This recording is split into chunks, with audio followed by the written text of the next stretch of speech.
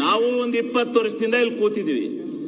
ರಾಜ್ಯಪಾಲರನ್ನ ಗೌರವವಾಗಿ ಕರ್ಕೊಂಬರೋದು, ಎಲ್ಲರೂ ಕೂರ್ಸೋದು, ಅವ್ರನ್ನ ಗೌರವವಾಗಿ ಸರ್ಕಾರ ಏನ್ ಬರ್ಕೊಟ್ಟಿರ್ತಕ್ಕಂಥದ್ದನ್ನ ಪ್ರಾಮಾಣಿಕವಾಗಿ ಓದಿ ಅದನ್ನ ಏನೇನ್ ಬರ್ಕೊಡಲ್ರಿ,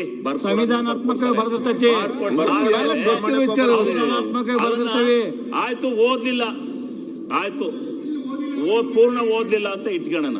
ಆದ್ರೆ ಅವರು ನ್ಯಾಷನಲ್ ಆಂಥಮ್ನ ಏನು ರಾಷ್ಟ್ರಗೀತೆ ಇದೆ ಅದನ್ನ ಮುಗಿಸಿ ಹೊರಗಡೆ ಹೋಗ್ಬೇಕಾಯ್ತು. ಅದು ತಪ್ಪಾಗಿದೆ. ಆ ತಪ್ಪನ್ನ ಮೊದಲು ಈ ಚರ್ಚೆ ರಾಷ್ಟ್ರ ಧ್ವಜಕ್ಕೆ, ರಾಷ್ಟ್ರಗೀತೆಗೆ ಅವಮರ್ಯಾದೆ ಮಾಡ್ತಕ್ಕಂಥದ್ದು ಮಹಾ ದೊಡ್ಡ ಅಪರಾಧ. ಇದು ಚರ್ಚೆ ಆಗ್ಬೇಕು ಈ ಸದನದಲ್ಲಿ.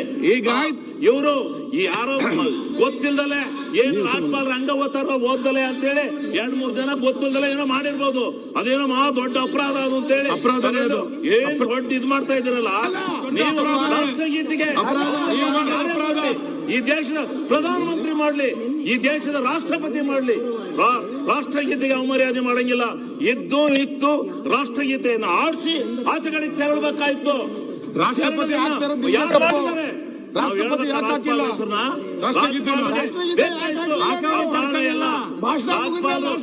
ಹೌದು, ರಾಜ್ಯಪಾಲರಿಗೆ ನಾವು ಬಹಳ ಗೌರವ ಕೊಡ್ತೀವಿ, ಬಹಳವಾಗಿ ನಡ್ಕತೀವಿ.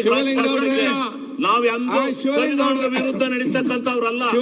ಇದಾಗಿರೋ ಈ ರಾಷ್ಟ್ರಗೀತೆಗೆ ಆಗಿರ್ತಕ್ಕಂಥ ಅವಮರ್ಯಾದೆಗೆ, ಅವಮಾನಕ್ಕೆ ಏನ್ ಶಿಕ್ಷೆ ಅಂತಕ್ಕಂಥದ್ದನ್ನ ಮೊದಲು ತೀರ್ಮಾನ ಇದನ್ನ ಈ ಸುಪ್ರೀಂ ಕೋರ್ಟ್ ಬಿಡೋದಿಲ್ಲ.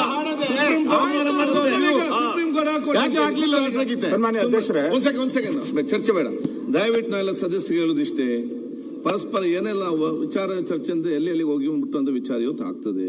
ಇವತ್ತು ಸಬ್ಜೆಕ್ಟ್ ಏನಿದೆ ಅಂತ ಹೇಳಿದ್ರೆ ಅವರೊಂದು ವಿಚಾರ ಇವತ್ತು ಮೊನ್ನೆ 2 ಕೂಡ ಪಾಯಿಂಟ್ ಔಟ್ ಕೊಟ್ಟಿದ್ದಾರೆ. ಒಂದು ನ್ಯಾಷನಲ್ ಆಂಥಮ್ ಬಗ್ಗೆ ಅವರು ಅದನ್ನು ಸವಿವರವಾಗಿ ಲಾ ಮಿನಿಸ್ಟರ್ ಎಕ್ಸ್ಪ್ಲೇನ್ ಮಾಡಿದ್ದಾರೆ. 2ನೇದು ಇವತ್ತು ಈ ಒಂದು ನಮ್ಮ ಗವರ್ನರ್ಗೆ ಆದಂತ ಅಗೌರವದ ಬಗ್ಗೆ ಅವ್ರ ರೀತಿ ಆಗಿದೆ ಅಂತೇಳಿ ಮೊನ್ನೆ ರೈಟಿಂಗ್ ಅಲ್ಲಿ ಕೊಟ್ಟಿದ್ರು. ಇವತ್ತು ತಾವು ಸ್ವಲ್ಪ ಅಡಿಷನಲ್ ಆಗಿ ಕೂಡ ವಿಚಾರ ಕೂಡ ಹೇಳಿದ್ದೀರಿ.